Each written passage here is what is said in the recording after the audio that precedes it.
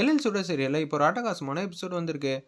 சுடருக்கு வந்து இந்துமதி இது மாதிரி அமுச்சு வச்சது மனோகரி தான்னு தெரிஞ்சிருச்சு. ராமையாவும் நம்ம சுடரும் மனோகரி பேசுறது எல்லாத்தையும் ஓரளவு கேட்டுட்டு ஜட்ஜ் பண்ணிட்டாங்க. இவளை சும்மா விடக்கூடாதுன்னு அவங்க 2 பேரும் முடிவு பண்ற மாதிரி சூப்பரா அந்த எபிசோட வந்து கொண்டு போயிருந்தாங்கன்னே சொல்லலாம்.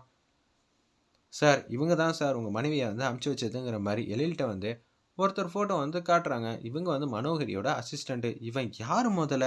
ஏன் மனைவிக்கும் இவனுக்கு என்ன சம்மந்தம்? இந்த குடும்பத்தை அன்பா பாசமா பார்த்துக்கிறதுல மட்டும்தான் அவன் ஆர்வமா இருந்தா.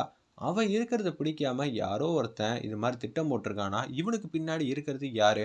எதுக்கு இது மாதிரி இந்துமதியை அமுச்சு வைக்கணும்? எனக்கு சுத்தமா புரியவே இல்லை. அவனை நான் கண்டுபிடிச்சி இதுக்கு பின்னாடி யார் இருக்காங்க என்ன இருக்காங்கன்னு நான் விசாரிச்சுக்கிறேன். ஃபோட்டோவை கொடுத்துட்டீங்களே, இவன் ஃபோட்டோ எனக்கு பதிஞ்சிருச்சு. இவனை நான் சும்மா விட மாட்டேன். எங்கேயாவது பார்த்தேன்னா அவனை நான் அமுச்சு வச்சிருவேன். சார் கோவப்படாதீங்க. உங்களுக்கு இப்போ தான் வந்து கல்யாணம் வந்து ஃபிக்ஸ் ஆகிருக்கு. அதுக்கான வேலையெல்லாம் பாருங்கள். அதை விட்டுட்டு தேவையில்லாமல் பிரச்சனை பண்ணி உங்களோட எதிர்காலத்தை நீங்களே வந்து இது மாதிரி பண்ணாதீங்க. நான் சொல்லி தான் உங்களுக்கு புரியணும்னு அவசியம் இல்லை சார் அப்படின்னு சொல்கிறாங்க. அந்த இடத்துல நீங்கள் சொல்கிறது எல்லாமே வந்து வாஸ்தவமான பேச்சு தான். ஆனால் என் மனைவி ரொம்ப பாவம். அவளை போய் இது மாதிரி பண்ணியிருக்காங்களே, எனக்கு எவ்வளோ தெரியுமா வலிக்குது. என் மனசே வந்து சரியில்லை. குழந்தைங்கள்லாம் அம்மா இல்லாமல் ஃபீல் பண்ணிகிட்டு இருக்காங்க அப்படின்னு சொல்லிட்டு இருக்காங்க. அந்த இடத்துல சுடரும் ராமையாவும் நோட் பண்ணுறாங்க நம்ம மனோகரி ஃபேஸை. ராமையா நோட் பண்ணீங்களா மனோகரியை? நானும் ஆரம்பத்துலேருந்து பார்த்துட்டு தாமா இருந்தேன். அந்த அசிஸ்டண்ட் ஃபோட்டோவை வந்து காட்டணுன்னு இவன் வந்து பாட்டமாக இருக்கா. இதுக்கு பின்னாடி என்னமோ இருக்குமோ? என்னமோ இருக்கும் தான். நம்ம முதல்ல ஆதாரத்தோட வந்து மனோகரி வந்து கையும் களவுமா பிடிச்சு கொடுக்கணும். அப்படி பண்ணிட்டாலே வந்து எழிலுக்கு கல்யாணம் வந்து நடக்காது மனோகரி கூட. எனக்கு என்னமோ வந்து மனோகரி வந்து எழில வந்து லவ் பண்ணியிருப்பா. கடைசியில் வந்து எழில் வந்து இந்துமதியை லவ் பண்ணி கல்யாணம் பண்ணி கொண்டு வந்ததுனால தான் இவ தான் இந்த மாதிரி பண்ணியிருப்பான்னு எனக்கு தோணுது. மேபி இருக்கலாங்கிற மாதிரி அவங்க 2 பேரும் தீவிரமாக யோசிச்சுட்டு இருக்காங்க. அவனை நான் சும்மா விட மாட்டேன்னு சொல்லி உச்சக்கட்ட கோவத்தில் வந்து கத்திட்டு அவங்க மட்டும் போகிறாங்க. மாடி பால்கனியில் வந்து நின்றுட்டு இருக்காங்க. அந்த இடத்துல சார் நீங்கள் இது மாதிரி கோவப்பட்டு பேசுகிறனால 10 பைசாக்குன்னு பிரயோஜனம் இல்லை. நீங்கள் ஏன் சார் இப்படியெல்லாம் வந்து முடிவெடுக்கிறீங்க? அதுவும் அதிகாரி முன்னாடி வந்து பேசுகிறீங்க. இத்தனை நாளாக வந்து பசங்க அம்மா இல்லாமல் இருந்து வருத்தப்பட்டுட்டு இருக்காங்க. அதுக்கப்புறம் நீங்களும் வந்து எதாவது ஒன்று கிடக்க ஒன்று பண்ணி உள்ளே போனீங்கன்னா வெளியில் வரத்துக்கு எத்தனை வருஷம் ஆகும் தெரியுமா? அப்புறமேட்டுக்கு உங்களுக்கு பசங்களை பற்றி இருக்கிற அன்பு பாசம்லாம் எப்படி வந்து அவங்களுக்கு வந்து புரிய வைப்பீங்க? புரிச்சுக்கங்க சார். தயவு செஞ்சு நான் சொல்கிறத கேளுங்க அப்படின்னு சொல்லி பேச்ச ஆரம்பிக்கிறாங்க. நான் வந்து சும்மா விட மாட்டேன். என்ன நினச்சிட்டு இருக்கீங்க? உச்சக்கட்ட கோவத்தில் வந்து பேசுகிறாங்க. அந்த இடத்துல நம்ம சுடரு சார் நீங்கள் சொல்கிறது எதுவுமே என்னால் காது கொடுத்து கேட்க முடியாது. நீங்கள் செய்கிறது எல்லாமே கரெக்டுன்னு நினைக்காதீங்க. சுடர் எனக்கு தெரியாதா? என்னால் இந்த விஷயத்தை வந்து தாங்க முடியல. அப்படி இருக்கிற சுச்சுவேஷனில் நான் பார்த்துட்டு எப்படி வந்து கண்ட்ரோல் பண்ணாமல் இருக்க முடியும்? நான் அவங்கள பத்திரமா வந்து அமுச்சு வைக்காம விடவே மாட்டேன். அவன் மட்டும் என் கையில் கிடைக்கட்டும். அவனுக்கு பின்னாடி இருக்கிற யார் ஆணி வேர்னு எல்லாத்தையும் தெரிஞ்சுக்கிட்டு எழில் மாட்டுக்கு அங்கேருந்து கொடுக்கணும்னு போகிறாங்க.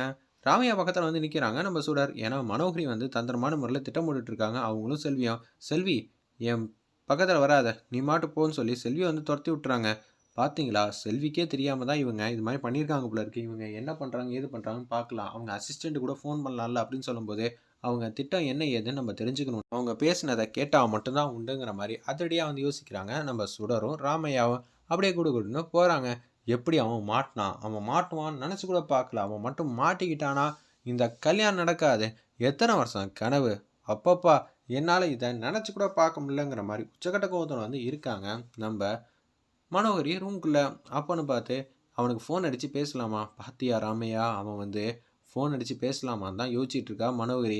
அந்த நம்பர் என்ன ஏதுன்னு தெரிஞ்சிச்சுன்னா நம்ம ஈஸியாக வந்து கண்டுபிடிக்கிறதுக்கு யூஸ்ஃபுல்லாக இருக்கும்ல. இது எல்லாத்தையும் வந்து டோரலுக்கு வழியாக கேட்டுகிட்டே இருக்காங்க.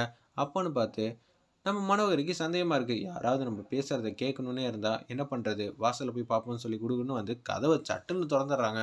பார்த்தா அங்கே யாருமே இல்லை. யாரும் இருந்த மாதிரி தானே தெரிஞ்சிச்சு. நம்ம மனசு எதுவும் சொன்னால் கரெக்டாக தானே இருக்கும். சரின்னு சொல்லிட்டு கதவை தாப்பா போட்டுட்டு அப்படியே அவங்க அசிஸ்டண்ட்டுக்கு வந்து ஃபோன் அடிக்கிறாங்க. ராமையாவும் சுடரும் மொட்டை மாடிக்கு வந்து போயிட்டாங்க போல இருக்கு. நல்ல வேலை அவள் வருவான்னு தெரிஞ்சு நீங்கள் வந்து இது மாதிரி பண்ணீங்க. ஆமாம், அவள் வரக்கூடியது எனக்கு வந்து தெரிஞ்சிச்சு. அதனால தான் சொல்லி சுடர் வந்து போகிறாங்க. இருந்தாலும் அவன் என்ன பேசினான்னு கேட்க முடியாமல் போயிடுச்சு. இப்போ நம்ம கேட்டால் திருப்பி மாட்டினாலும் ஆச்சரியப்படுறதுக்கு இல்லை. நம்ம மாட்டு கீழே போவோம். இன்றைக்கி மாட்டாட்டாலும் என்றைக்காவது மாட்டுவாள். அப்புறம் பார்த்துப்போங்கிற மாதிரி யோசிக்கும் போதே மனோகரி அவங்க அசிஸ்டண்ட்டுக்கு வந்து ஃபோன் அடிக்கிறாங்க. ஃபோன் அடித்து என்ன சொல்கிறாங்கன்னு பார்த்தீங்கன்னா, நீ மரியாதையாக இங்கேருந்து ஊரை விட்டு போடிடு. என்ன மேடம் தலையும் புரியாமல் வாழும் புரியாமல் இப்படி பேசுனீங்கன்னா எனக்கு என்ன தெரியும்? உன்னோட ஃபோட்டோ வந்து மாட்டிடுச்சுடா அப்படின்னு சொல்கிறாங்க அந்த இடத்துல. என்ன மேடம் சொல்கிறீங்க? எழிலுக்கு வந்து தெரிஞ்சிச்சா? ஆமாண்டா, எழிலுக்கு மட்டும் தெரியலடா, எல்லாருக்கும் தெரிஞ்சிச்சு. நீ முதல்ல இப்போ எங்கே இருக்க? வீட்டில் தான் மேடம் இருக்கேன். நீ வீட்டில் இருக்கிறது மட்டும் எல்லாருக்கும் தெரிஞ்சிச்சுன்னா என்ன ஆகும் தெரியுமா? அப்படின்னு சொல்லி உச்சகட்ட கோவத்தில் வந்து பேசுகிறாங்க அந்த இடத்துல. அப்பான்னு பார்த்து நம்ம மனோகரி வந்து, நீ இப்போ என்ன பண்ணியோ இது பண்ணியோன்னு தெரியாது. நீ இந்த ஊரை விட்டு போயிடு, அவ்வளோதான். மேடம் என்கிட்ட 10 பைசா கூட காசு இல்லை அப்படின்னு சொல்லும்போது, அதை பற்றி எனக்கு கவலையே இல்லை. நீ ஓடி போயிடு. உனக்கு என்ன வெளியூரில் வந்து ரூம்லாம் போட்டு உதவி செய்யணுமா? ஓடிப்போடா இங்கேருந்து சொல்லி ஃபோனை வந்து கட் பண்ணிடுறாங்க அந்த இடத்துல. ஓ, இப்படியெல்லாம் பண்ணுறீங்களா? சரி, உங்கள்கிட்ட எப்படி பேசி பணம் வாங்கணும்னு எனக்கே நல்லா தெரியும். நானும் இந்த விஷயத்தில் ஒரு வாட்டி நீங்கள் பேமெண்ட் கொடுத்துருக்கீங்கன்னு சொல்லிட்டு மரியாதையாக நடந்துக்கிட்டா ஓவராக தான் பண்ணிக்கிட்டு இருக்கீங்க. சரி, நான் 2ல் 1 பார்த்துட்றேங்கிற மாதிரி யோசிச்சுட்டு அப்படியே வந்து மனோகரி வேலை பார்க்குற இடத்துக்கு வந்து வராங்க. அந்த இடத்துல தானே நம்ம எழில வந்து இருக்காங்க. ஃபோன் அடித்து பார்க்குறாங்க, எடுக்கிறதே இல்லை. அந்த இடத்துல நம்ம மனோகரி, சரி போ, டேரெக்டாக வந்து உள்ளே போயிட வேண்டியதான்னு சொல்லி உள்ளே வந்துட்டு இருக்காங்க. எழில் முன்னாடி வந்து நிற்கிறாங்க அந்த இடத்துல அவங்களோட அசிஸ்டண்ட்டு.